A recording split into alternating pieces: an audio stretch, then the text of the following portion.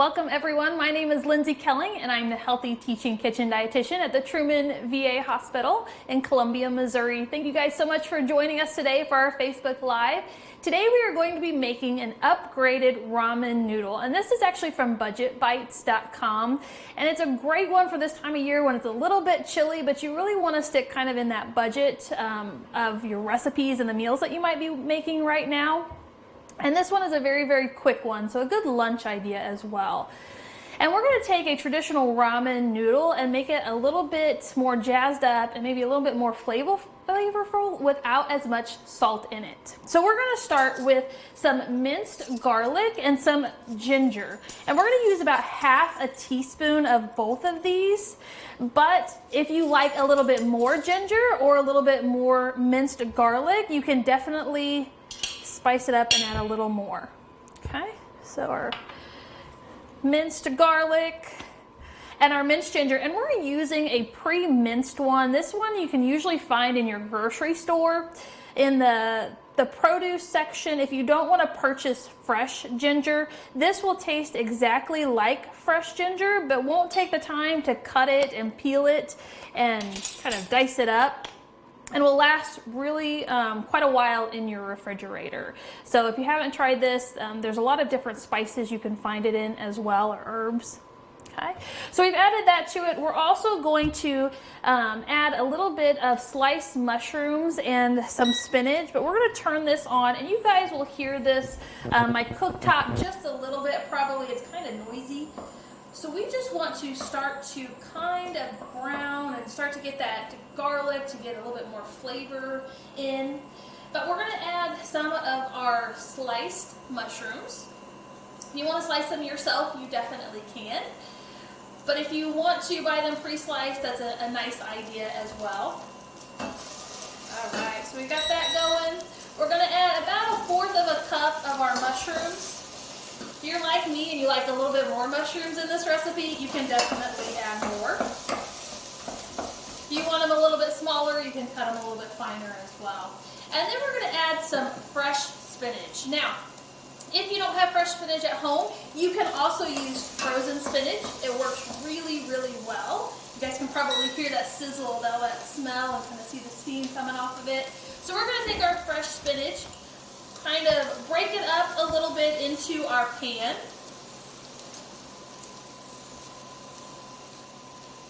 Again, add as much or as little as you want. You're going to get a lot of good fiber and folate from your spinach. And some nice color to your recipe as well, because we eat with our eyes as well, so we want it to look good. So we're just going to kind of start to cook this, allow that spinach to wilt down, and allow our mushrooms to start to soften. And you can kind of see that it's starting to kind of wilt a little bit with our spinach. Our mushrooms are starting to kind of soften a little bit, have a little bit of a glazed look to them. Part of that is that garlic and that ginger that's on them as well. I wish you guys could smell this, because you can really smell that garlic and that ginger cooking right now. So we're going to keep letting this go just a little bit. And once our spinach is nice and wilted and our mushrooms are good and soft, we're going to add some chicken broth to this recipe. If you don't have chicken broth, but you have a vegetable broth, you can use that as well. If you wanted to do a beef version of this, you could use a beef broth. Just try and get one that's a little bit lower in salt. So you can find some that are salt-free. You can find some that have reduced sodium, meaning a little bit less than their original version. And we need about 1 cup of our broth. And that's going to be about half of this can. There's about 2 cups in here. And then we are also going to add a cup of water to this. Now, if you wanted to omit the water, you could, and you could just do the full amount in broth. It will have a little bit more flavor to it if you do that way, and a little bit more salt if your broth is one of the sodium-containing ones. So we want to take this now and we want to bring it to a boil. We want it really a nice boil before we put our noodles in, so it helps to go ahead and start to cook them and they don't stick together or to the bottom of our pan. So we're gonna let this go just for a second. And we're just going to use just your very inexpensive ramen noodles. I think they were 20 cents a package. So this is a very budget-friendly recipe. We're not going to use the little seasoning packet that's in it. This is where you really start to get all that salt in there. If you have a lot of salt in your diet, it can cause some fluid retention. So if you have congestive heart failure, or if this time of year, if you're doing some weight loss journey, sometimes those fluid shifts can make it seem like you're not losing weight when really it might just be your salt intake. Okay, so this is where all your salt's going to be. So we're going to go ahead and pull this out and discard it. We don't need it. We're going to add our flavor and our ginger and our garlic and our mushrooms. All right. So that's starting to just boil. So we're going to go ahead and put our ramen noodles in there. And if you want to break them up, you can. I like to leave them kind of big. It's kind of fun at the end when they're... All right, so we're going to put that one in there, and we're going to let it start to cook. And as those noodles start to cook, we're going to slowly kind of stir them around and allow them to kind of break apart and kind of cook fully. Now we really don't want to overcook these noodles because then they'll get a little bit mushy. So we actually want these a little bit more on the al dente side. So these are going to cook for about 2 to 3 minutes in here. And then we're going to add another fun ingredient to this.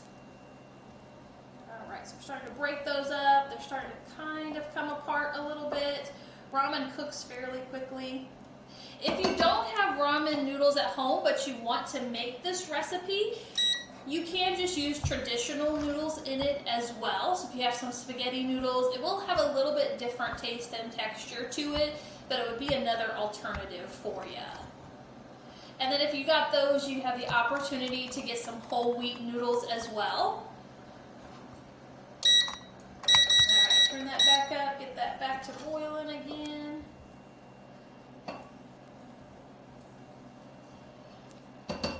So you can kind of see our noodles are starting to separate out. They're starting to get a little bit softer.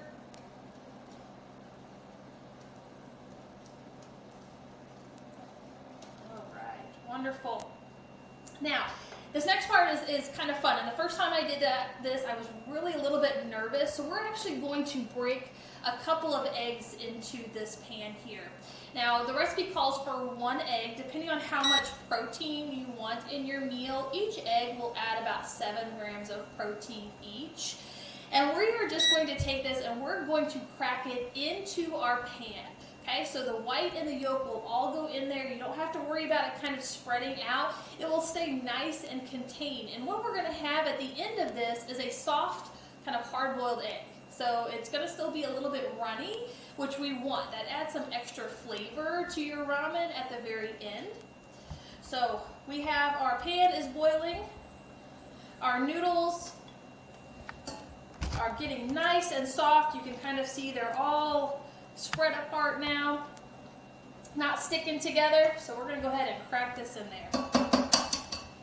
And we want to make sure that we have a spot that's got quite a bit of our broth, kind of so you kind of scoot your noodles out of the way a little bit. That can kind of be helpful. And we're just going to drop it in there. Okay, and I'm going to do 2 in here so we can kind of see them again. Just going to crack our egg on the side of it and drop it in. So if you're making this recipe for more than 1 person, maybe you're making it a double serving, you can put 2 or 3 eggs in there. Each person has their own egg at the end of this. And you can't see it quite yet, and I'll tip it up here in a second, but the egg itself, the yolk is starting to get nice and white around it, so we can see that that white is starting to cook. We're getting some of that good protein from our eggs, and a good lean protein source, and a very cost-effective one as well. But then we also get some other benefits from our eggs. We get that choline and that lutein, which are good benefits for eye health. So we have some extra fun stuff in this one today. So this is going to set for about 6 minutes. We really want our eggs to kind of get, again, that nice, soft, hard-boiled egg kind of version. I'm sure there's probably a technical name for it.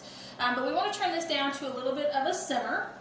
And I'll go ahead and tip it up so you guys can kind of see what the eggs are starting to look like, and this is what we want it to do. So it'll simmer for about 6 minutes. That'll allow the inside of that egg yolk to really start to cook a little bit without overcooking it. Okay. So while this is simmering, we do have a lot of our recipes online. So if you're looking for some new recipes this time of year especially, if you visit our webpage, columbiamo.va.gov, and under the A to Z services, you can find a Healthy Teaching Kitchen tab. And we upload all of our recipes, our videos to that site.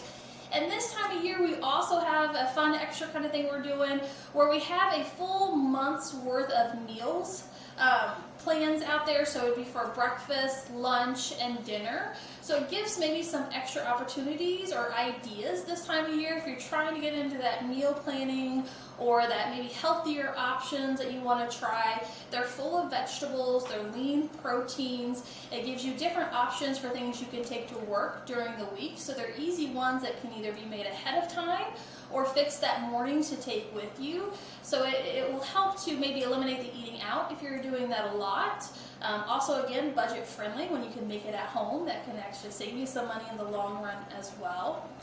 So on each of those menus, each evening meal, there's a new idea. Lunch and breakfast alternate between two.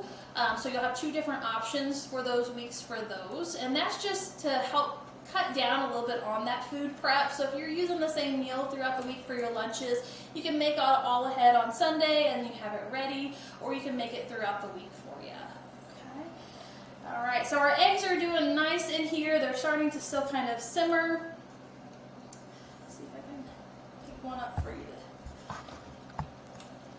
So whenever they're getting close, you can kind of set it up like this, and you can see that that egg is starting to, it's still a little jiggly, which was what we want. We still want some of that texture to it, and it stays together. So it didn't spread out within our pan. It's still kind of that nice ball of that egg. So I'm going to sit them back in there. And these are actually probably pretty close to done. So whenever these have simmered for 4 to 6 minutes, kind of depending on how hot we had it, I had it kind of boiling a little bit hard at first, so it's probably cooked a little bit faster than it might at home. We're going to go ahead and get this into our bowl to get ready to serve. So before we do that, we're going to add a little bit of extra flavor on top of it with some of our green onion. And then you can also add some sriracha to the top of it. So for our green onions, if you've not used these before, you can actually use this full part of the onion.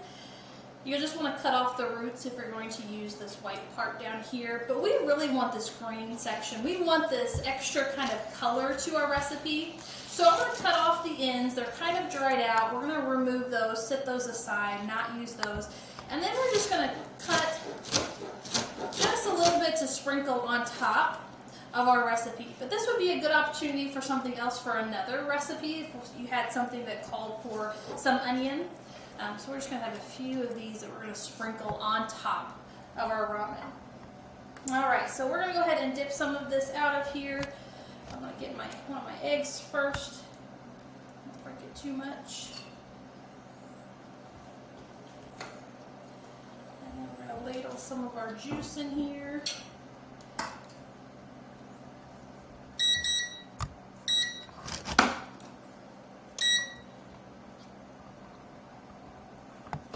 See our mushrooms and our spinach, and we've got lots of color.